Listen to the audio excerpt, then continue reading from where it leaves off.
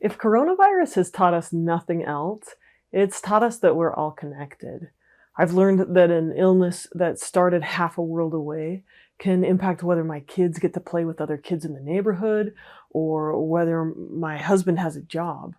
But unfortunately, as the virus has taught us all that we're dependent on each other, it's also forced us to choose social distancing as a means of fighting it. And being away from social interaction has its side effects. In this episode, we're going to talk about how loneliness and isolation impact mental health, and also how loneliness impacts our immune system, our heart, and other aspects of physical health. And we're going to talk about a couple of ways to mitigate those effects and to stay as healthy as possible.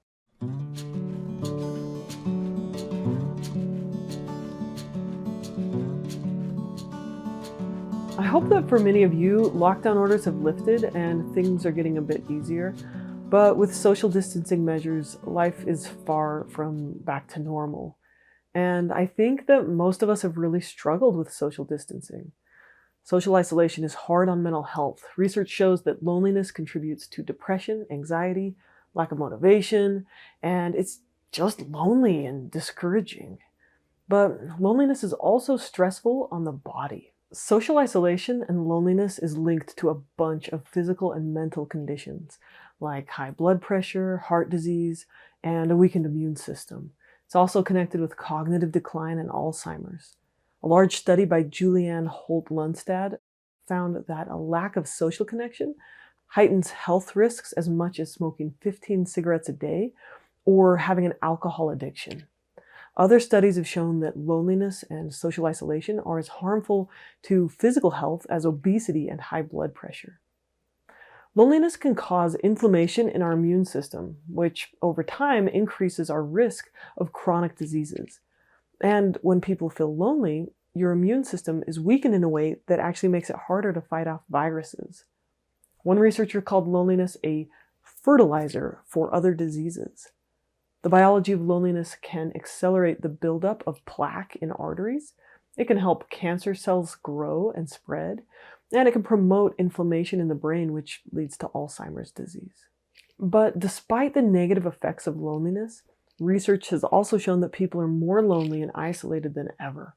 More than 3 out of 5 people report being lonely, and loneliness has risen 13% since 2018. And that data is from before the pandemic. It must be off the charts now. Our brain is wired for connection. One of my favorite researchers, Brené Brown, said, "A deep sense of love and belonging is an irresistible need of all people. We are biologically, cognitively, physically, and spiritually wired to love and to be loved and to belong. When those needs are not met, we don't function as we are meant to. We break, we fall apart, we numb, we ache, we hurt others, we get sick." The human brain is dependent on connection with others. When our ancestors were hunter-gatherers, we depended on people in our tribe or in our village for our survival, and rejection from that group often meant death. So our anciently evolved brain is invested in keeping us connected to other people for our survival. A huge part of our brain, the midbrain, houses the limbic system, which is responsible for emotions and relationships. Your brain is hardwired to connect to other human beings. Babies are born with instincts that help them attach to caregivers, and caregivers are hardwired to attach to babies. This shows up in instincts like a baby crying and my instinctual drive to soothe those cries. These instincts include things like rooting and nursing, reaching out and holding, cooing and gazing into each other's eyes. When a baby has a need like hunger, and the caregiver meets that need by feeding the baby develops what's called secure attachment. Babies who are raised in an orphanage and who are given all the proper physical care, like food and a warm crib and a comfortable environment, they actually face a life-threatening environment. And that's because loving physical touch and human connection are necessary for survival. Around 1/3 of these babies in orphanages where they get little to no physical and emotional connection with a caregiver, 1/3 of them just die. Without that connection to a caregiver, the body stops producing growth hormones and the immune system is weakened. And that lack of connection dramatically impacts brain development and emotional health. Our connections to other human beings creates a hardwired map in our brain about whether the world is safe, whether people are trustworthy, whether outcomes are predictable. And this is called attachment style. Secure attachment soothes and calms the deep parts of our brain. And babies aren't the only ones who need connection for their brains to function. Without secure attachment as children or adults, it's very difficult to regulate our emotions and to build strong relationships. In one study that I found really interesting, participants were put through this scenario where they were playing a computer game that simulated rejection. So they thought they were playing against these other characters who were rejecting them. Brain imaging showed that the brain perceived the rejection similar to the way that it perceives pain. When participants were asked to take Tylenol as part of the study, they experienced less pain upon rejection. So our brain interprets social isolation or rejection to be as threatening as physical pain or danger. So this is a biological fact. The human brain doesn't work well without connection. Now that we live in a global community, we often forget about that need for the village, for that connection that our ancestors used to have. Our modern society has a huge emphasis on individualism, and people are growing more and more isolated as time goes on. Research over the last decade has shown that people are becoming increasingly isolated and lonely. 25% of people in the United States say that they don't even have one close friend. Research has even shown that on average, people have less friends than they did 10 or 15 years ago. Now let's talk about the benefits of connection. Connection to others have been shown to increase longevity. It's been shown to strengthen our immune system and quicken healing. It's also been shown to decrease anxiety and depression and to improve self-esteem. When we connect to others, we release oxytocin, and this is known as the love hormone. It helps people attach and connect to each other. It's basically the neurochemical basis of the sense of safety and trust that allows people to become open to connection or even therapeutic change. Taking care of others has also been shown to release dopamine. That's the feel-good, the motivation, and the reward chemical in the brain. So one of the ways that we trigger both dopamine and oxytocin is through eye contact and hugs. Our brain really responds best to in-person interactions. 8-second hugs and eye contact are really necessary to soothe the brain and to release oxytocin and to create this sense of safety. Hugs can release dopamine, which can help with feelings of depression and loneliness. And hugs can fight stress. Receiving social support can help strengthen the immune system. One study by Carnegie Mellon found that people who hug more get sick less. And another one by Harvard showed that hugs can improve heart health. And a few weeks ago, my mom told me the story about one of her friends who had a severe case of COVID-19. He was on a ventilator for weeks. He was only 45 years old, but they thought he was going to die.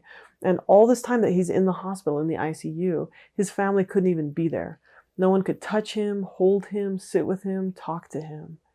And finally, after weeks of this, they finally allowed his wife in to sit next to him and to hold his hand. And she sat with him for 4 hours. And that was the day that he started to heal. He started to turn the corner and improve. So that physical touch, I believe, helped turn on his immune system so that he could heal. As we seek to treat this deadly pandemic, I hope we don't resort to the long-term isolation that in the long run is harmful, maybe even more harmful than the disease itself. But we can, in the midst of social distancing, all choose ways to seek connection in a way that's safe. So I encourage everyone out there to work hard to do that, both for our physical health and our mental health and the health of our society as a whole. Family therapist Virginia Satir said, we need 4 hugs a day for survival, we need 8 hugs a day for maintenance, and we need 12 hugs a day for growth. So during this weird time of social distancing, hug your family members as much as possible. Cuddle with them while you're watching shows. Turn off your devices long enough to look them in the eyes and to play together. Use FaceTime and video chats instead of texting whenever possible. Work less and connect more. As soon as it's safe, reach out to those who are lonely and help them feel connected. And even if you can't do that in person, find ways to do that over, digital formats. Research shows that most adults have less and less friends as they enter their 30s. And it's time for us all to start investing time and energy into making close friendships. For some people, making friends comes naturally, but for a lot of people, they have to work hard to develop that skill. But I really believe that you can learn to make more friends.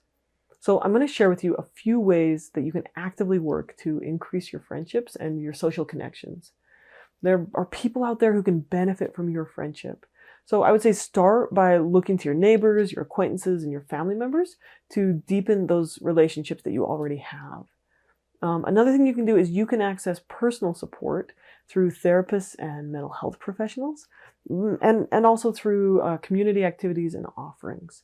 So I'm gonna talk about how you can strengthen these connections in general, because I know that social distancing isn't going to last forever, but I'm also going to talk about how you can adapt these, social connection ideas to this really strange and lonely time. So whenever possible, choose face-to-face interaction over scrolling on social media. So use FaceTime, or you could set up outdoor meetings to see each other's faces. You can keep your friendships alive through acts of kindness. You could drop off small gifts, or bake some cookies, or offer to pick something up from the store. You can organize like recipe sharing group or an online book club. Try to be active.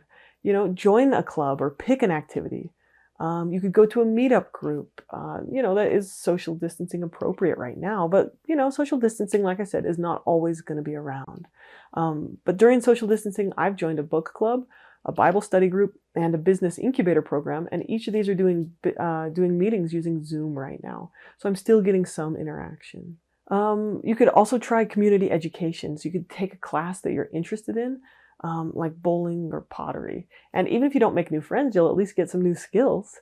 So even right now with social distancing, right now is a great time to learn something new. So you can do this in groups, even from your own homes. You could do a project together, or do an online course, choose some kind of challenge to work on, and then get together to talk about what you're learning. Another great way to meet people is through service, getting involved in a good cause. So there are still a lot of ways to serve while maintaining social distance. The Smithsonian has digital volunteer opportunities, and the app Volunteer Match has opportunities all around the world. I've seen one where there are people who are blind and they take a picture with their smartphone, and then volunteers read to them what that label says or tells them what they're looking at. So that's an example of a digital way to serve that still includes social distancing. Another tip is that whenever possible, say yes. You are probably used to getting asked to baby showers or wedding receptions or dinners or parties. And, this might not be happening as much with coronavirus, but whenever you can, start saying yes instead of saying no. Okay, practice an outward mindset. Make other people feel like they matter to you. Ask them about themselves. You can almost always find someone to be a friend to. So focus on being a friend to others and reaching out to them. And with some work, you'll probably be able to find a mutually rewarding relationship. Just take the initiative. Look for opportunities to invite people deeper into your life. It doesn't matter how. It can be as simple as inviting people over for dessert, or a movie night, or planning an outing together. The important thing is just putting yourself out there. If you wait for the other person to initiate, they usually won't. Creating healthy connection is really essential for health, for connection, and growth. Our brain is wired for connection. And like I said before, loneliness is really detrimental for mental and physical health.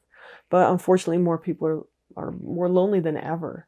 So you can improve your mental health by actively working to improve your connections with other people and developing closer relationships with family members and friends. So I encourage you today to choose one way to improve your support network and to commit to working on that goal a little bit each week. If you'd like to, take some time to write down what your goal is down in the comments. I'd love to hear about it. Also, I have started a Patreon page. If you'd like to support this channel and more mental health content that's easily accessible, please just go check out the link in the description. You can start by just contributing a couple bucks a month, and that's going to help me produce more mental health content for hundreds of thousands of people. So thanks again.